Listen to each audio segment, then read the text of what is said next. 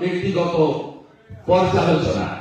প্রথম কারণ হচ্ছে এক দলের নির্বাচনের সময় আসা, ভোটে লড়া, নির্বাচনে জেতা, নির্বাচনে জিতে পালানো, অথবা হেরে আবার ব্যাক টু দি প্যাভিলিয়নে যাওয়া।